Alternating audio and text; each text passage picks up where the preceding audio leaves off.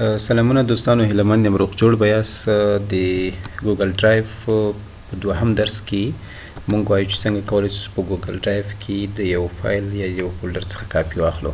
که چیرته تاسو د ګوګل ډرایو لومړۍ ویډیو نه یې لیدلې، زما په یوټیوب چینل کې شته چې څنګه کولی شئ چې په ګوګل ډرایو کې فایلونه کیږدئ، سیو یې کوئ او د هغو منیج وکړئ. نو تاسو به راسئ یوټیوب چینل ته، په دې سرچ باکس کې به امان وصال ولیکئ. دا چینل درته راځي، په دې باندې تاسو کلیک وکړئ نو ډایرکټ به راسئ دلته پلی لیست ته او په دې ویډیو کې هم کتئ سئ. پلی لیست باندې کلیک وکړئ، دلته به راسئ د ګوګل ډرایو دې ته ورته لیست ته او دلته کولی شئ چې د ګوګل ډرایو په اړه لومړۍ ویډیو وګورئ.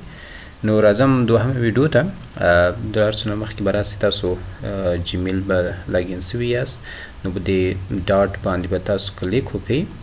دې ډاټ باندې به کلیک وکړو، را به سئ ډرایو ته، په ډرایو باندې به کلیک وکړو. ستاسو لپاره به اوس ډرایو را خلاصیږي. نو دلته به تاسو په دې مای ډرایو باندې کلیک وکړئ تر څو هغه فایلونه تاسو چې په ډرایو کې ایښي دي هغه درته ښکاره کړي.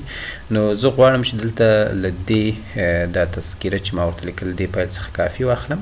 په دې ډاټ باندې ترې ډاټ باندې به کلیک وکړئ او دلته به راسئ په دا میک کاپی باندې به کلیک وکړئ، یا هم تاسو شارټ کټ کنټرول سی وهلی شئ.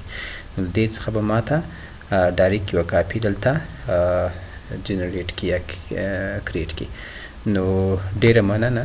که چیرته دا ویډیو مو خوښه سوې وي، زما یوټیوب چینل درسره سبسکرایب کړئ او له نورو ملګرو سره هم شریک کړئ تر څو هغه هم درنه استفاده وکړي. که چیرته کومه پوښتنه لرئ، ما ته په کمنټ بخش کې ولیکئ. ډیره مننه.